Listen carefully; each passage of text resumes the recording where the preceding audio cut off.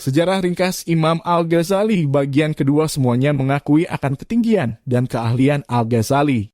Menteri Nizamul Muluk melantik Al-Ghazali pada tahun 484 Hijriah. Menjadi guru besar pada perguruan tinggi Nizamiyah yang didirikannya di kota Baghdad. 4 tahun lamanya Al-Ghazali mengajar di perguruan Nizamiyah dengan cukup mendapat perhatian dari para pelajar. Dari dekat dan jauh, sampai datang kepadanya suatu masa di mana dia menjauhkan diri dari masyarakat ramai. Maka pada tahun 488 Hijriah, Al-Ghazali pergi ke Makkah menunaikan rukun Islam kelima. Setelah selesai mengerjakan haji, lah terus ke negeri Syam atau Syria, mengunjungi Baitul Maqdis. Kemudian ke Damaskus dan terus menetap beribadah di Masjid Al-Umawi di kota tersebut pada suatu sudut yang terkenal sampai sekarang dengan nama Al-Ghazaliyah. Diambil dari nama yang mulia itu. Pada masa itulah dia mengarang kitab Ihya yang kami alih bahasakan ini. Keadaan hidup dan kehidupannya pada saat itu adalah amat sederhana. Dengan berpakaian kain kasar, menyedikitkan makan dan minum, mengunjungi masjid-masjid dan desa, melatih diri berbanyak ibadah dan menempuh jalan yang membawanya kepada kerelaan Tuhan Yang Maha Esa. Kemudian dia kembali ke Baghdad mengadakan majlis pengajaran dan menerangkan isi dan maksud dari kitabnya Ihya. Tak lama sesudah itu berangkat pula ke Nisapur dan mengajar sebentar pada perguruan Nizamiyah Nisapur.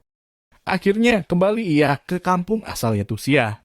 Maka didirikannya di samping rumahnya sebuah madrasah untuk ulama-ulama fikih dan sebuah pondok untuk kaum sufi atau ahli tasawuf. Dibagikannya waktunya antara membaca Al-Quran, mengadakan pertemuan dengan kaum sufi, memberi pelajaran kepada penuntut-penuntut ilmu yang ingin menyauk dari lautan ilmunya, mendirikan salat, dan lain-lain ibadah. Cara hidup yang demikian diteruskannya sampai akhir hayatnya. Dengan mendapat husnul khatirah Al-Ghazali meninggal dunia pada hari Senin tanggal 14 Jumadil, akhir tahun 505 Hijriah atau tahun 1111 Masehi di Tusia. Jenazahnya dikebumikan di makam At-Habiran berdekatan dengan makam Al-Firdausi, seorang ahli syair yang termasyhur. Sebelum meninggal, Al-Ghazali pernah mengucapkan kata-kata yang diucapkan pula kemudian oleh Francis Bacon, seorang filosof Inggris, yaitu kuletakkan arwahku di hadapan Allah dan tanamkanlah jasadku di lipat bumi yang sunyi senyap. Namaku akan bangkit kembali menjadi sebutan dan buah bibir umat manusia di masa depan. Ia meninggalkan pusaka yang tak dapat dilupakan oleh umat muslimin, khususnya dan dunia umumnya dengan karangan-karangan yang berjumlah hampir 100 buah banyaknya. Di antaranya kitab Ihya, yang terdiri dari 4 jilid besar. Dalam dunia Kristen telah lahir pula. Kemudian Thomas A. Kempis tahun 1379 sampai tahun 1471 Masehi, yang mendekati dengan pribadi Al-Ghazali dalam dunia Islam. Berhubung dengan karangannya, The Imitation Christi, yang sifatnya mendekati Ihya, tetapi dipandang dari pendidikan Kristen. Di antara karangannya yang banyak itu ada 2 buah yang kurang dikenal di negeri kita, akan tetapi sangat terkenal di dunia barat.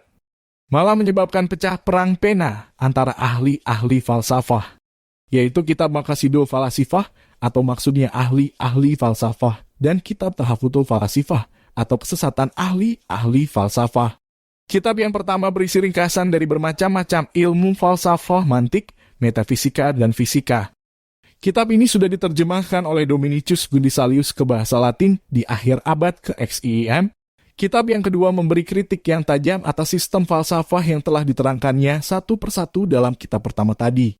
Malah oleh Al-Ghazali sendiri menerangkan dalam kitab yang kedua itu, bahwa maksudnya menulis kitab yang pertama tadi ialah mengumpulkan lebih dahulu bahan-bahan untuk para pembaca, yang nantinya akan dikritiknya satu persatu dalam kitab yang kedua.